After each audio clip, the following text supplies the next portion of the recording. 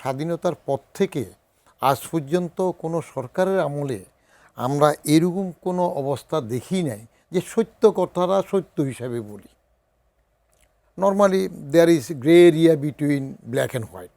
চুল সাদা হওয়ার আগে একটু ধূসর হয়ে সিগন্যাল দেয়, but there is no grey area between truth and falsehood. কিন্তু সেটা আমরা ওভারকাম করতে পারি না। প্রত্যেকটা সরকারের, সেটা রাজনৈতিক সরকার হোক কিংবা সামরিক সরকার হোক কিংবা জোর করে যেভাবে এসে হয় সেগুলো হোক, সবাই যেন মনে করে পুরো সত্যটা বললে অসুবিধা হয়। আমি মনে করি লুকানোর কিছু নেই, সত্যটা ভালো ভালো। নেতৃত্ব গুণে আমাদের এখানে যেটা নাই সেটার জন্য আমরা কষ্ট পাই। বাস্তবটা সরকারি বাইশের সাথে মিল নাই, মানুষ গায়ে ফরে এগুলো বলতে জানে।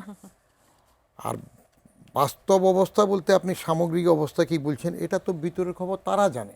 এই যে খবর আসে ইস্টার্ন রিফাইনারি ক্রুড অয়েলের অভাবে বন্ধ হয়ে গেছে, আবার তার কমা দিয়ে পরে বলতেছে অকটেন এবং পেট্রোল ঠিক আছে। এই কি বললো, আমি তো অকটেনে পাচ্ছি না। এটা সত্য কথাটা বলে আমাদের নিজের দায়িত্ব কম এটাতে।